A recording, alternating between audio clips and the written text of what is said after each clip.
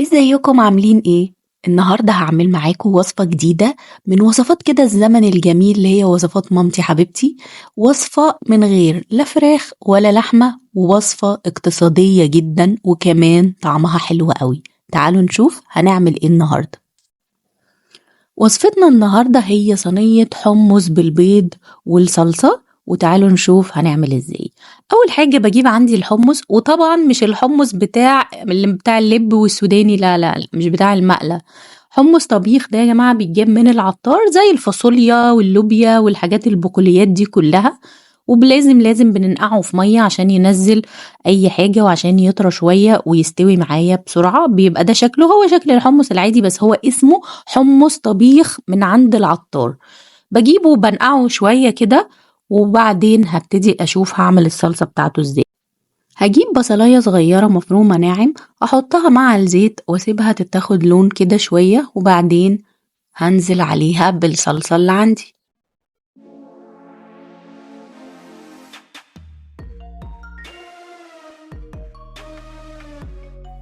بعد ما البصلاية خدت لون شوية هبتدي أضيف عندي الصلصة دي أنا بعملها في البيت، بسبكها في البيت.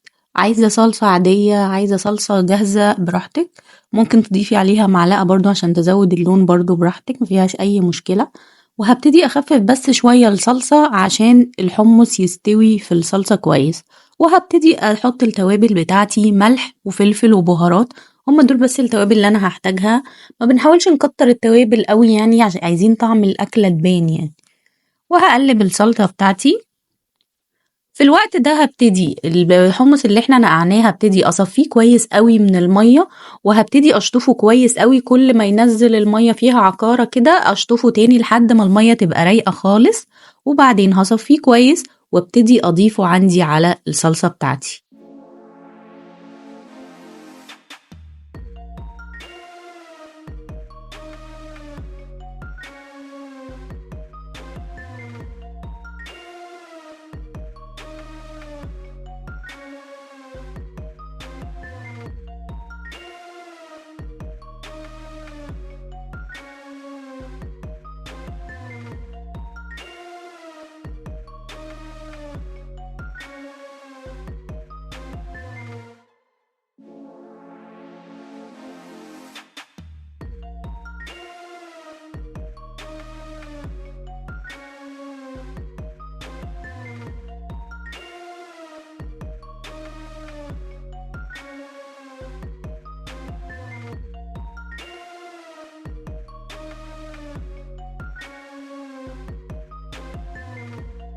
بعد ما ضفنا الحمص في الصلصة هقلبه كويس، وبعدين هسيبه يغلي غلوة واوطي عليه لحد ما يستوي خالص، او يبقى فاضله مثلا 7 دقايق كده، 10 دقايق، وهبتدي اغطيه.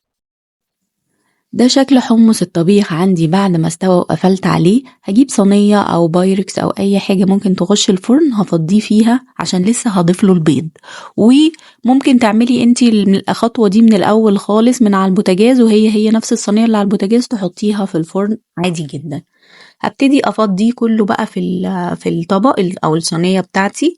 ريحته تحفة يا جماعة والله، والواحد عايز يجيبه ياكله دلوقتي وفكروا بايام زمان الحلوة. هبتدي افتح بضاية بضاية في طبق، واحطها كده، اوسع لها مكان واحطها في قلب الحمص. يفضل يعني ان البضاية ما تتكسرش بس انا يعني للاسف فتحت معايا برضو. فبضيف كده البيض، عدد البيض زي ما انا حابة او عدد افراد الاسرة يعني زي ما احب. ودخلته الفرن شوية وعلى الشواية او الفرن العادي لحد ما احس ان البيض استوى، وبعدين اخرجه. ممكن ارش عليه رشة بقى فلفل اسود كده مع البيض مع الحمص، بتدي طعم تحفة ونكهة جامدة جدا. هرش عليه كده رشة، وابتدي اشوف هنقدمه ازاي. رشينا الفلفل الاسود خلاص، هبتدي اغرفه بقى في الطبق واشوف هنحط ايه معاه. ممكن اقدمه بالشكل دوت، شكله تحفة جدا. ممكن اقدمه بقى بشكل تاني، الشكل المصري بقى بتاعنا، الاكلة الحرشة اللي بناكلها كل اسبوع مرة او كل شهر مرتين 3. العيش والجرجير، ودوقي احلى اكله واحلى غديوه، والله بتاكل جدا. يعني ممكن تاكلي فيها بقى كذا رغيف عيش كده، واحسن من 100 لحمه و100 فراخ، والبيض كمان هيبقى هيديكي بالبروتين اللي احنا محتاجينه. فجربوها وهتعجبكم اكيد، وطعمها جميل جدا. جربوها وادعولي وادعوا لمامتي. حابة اخد رأيكم في حاجة. كان عندي فكرة ممكن نبتدي نضيفها من الفيديوهات اللي جاية، ان انا هبتدي اقول لكم معلومة او معلومات صحية او فوائد، مثلا وصفة بنعملها النهاردة او مكون من مكونات الوصفة اللي بنعملها، عشان نعرف القيمة الغذائية للأكل، ونبتدي نفهم احنا بناكل ايه وبناكل ايه مع ايه، عشان نستفاد بالفيتامين اللي هنا واللي هنا. وندخل الأكل كله، يبقى نخلي الجسم يكتسب كل الفيتامينات اللي هو محتاجها من خلال الأكل. فايه رأيكم في الفكرة دي؟ لو عجباكم شجعوني في الكومنتات عشان ابتدي انفذها، ولو ليكوا اقتراحات تانية او آراء تانية او افكار جديدة تانية قولولي برضو.